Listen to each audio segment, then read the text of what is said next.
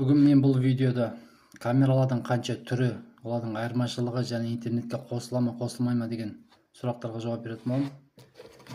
Камералардың негізі 4 түрі бар. Ең бірінші бізде бұл IP камера, цифровой камера. Екінші HD камера, аналоговый камера. Үшінші камера Wi-Fi камера. Және төртінші камера ол қазір менде наличие жоқ, ол 4G камерасы. Яғни ол сим карта салып, сим карта арқылы жұмыс істейді. Сонымен ең бірінші IP камерадан бастасақ, IP камерамыз бұл цифровой камера. Бұның монтаж жасалу жолы кабелі, LAN кабелі арқылы, интернет кабелі арқылы. Сигналда питание осы RG45 коннекторы арқылы беріледі, сигналда питанияда. Бір кабельмен 2-3 камераны тартып кете берсеңіздер болады.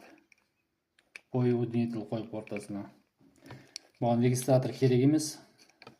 Бұны облачный хранилищеге жазсаңыз болады записьте, болмаса мына жерде емкостар болады.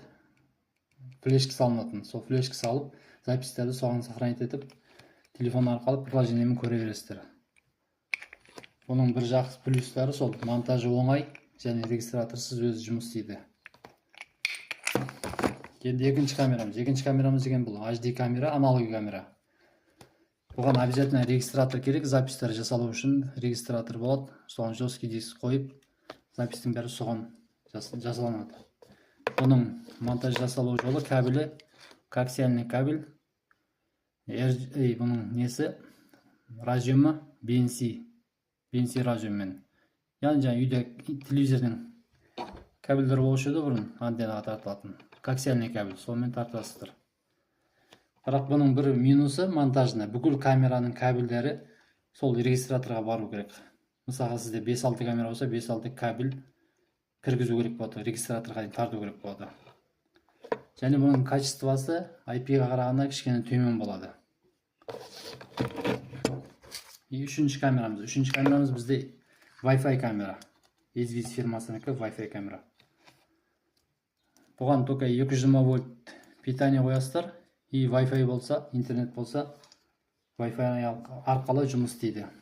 Запистер мына жерде емкость бар, флешка салып, запистер соған сохранить етіледі. Или облачный хранилищеге запись жасалады. Бұл камераларды негізінен үйдің ішіне қоюға болады. Мысалы, бір-екі тал камера қойғыңыз келсе үйге, ешқандай проводтар тартпаймыз, тез болсын десеңіз, осы Wi-Fi камераны қойсаңыздар болады.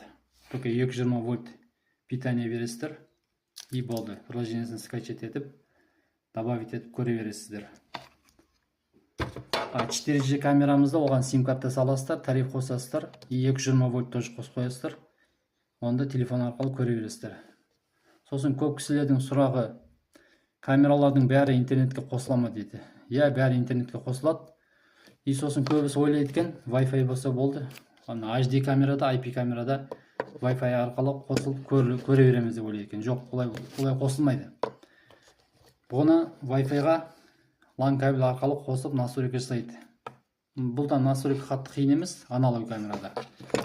Ал IP камерада болса тоже IP адрестерін сол неге келтіресіздер, Wi-Fi-дің IP адресіне, предпоследний цифрасын. Бұза кішкене настройкасы қиындау білмейтін адамдарға. Камералардың бәрі интернетке қосылып, телефоннан көруге болады. Ал Wi-Fi камерамызға бұған ешқандай қиындығы жоқ. 220 вольт қоясыздар. Өзің блок питаниясы бар, блок питаниясын қосып, приложениесін скачать етіп, телефоннан көре бересіздер. Басқа да пайдалы ақпараттарды жіберіп алмау үшін осы парақшаға тіркеліңіздер. Камераға және пожарный сигналға қатысты мәліметтер айтып отыратын боламын.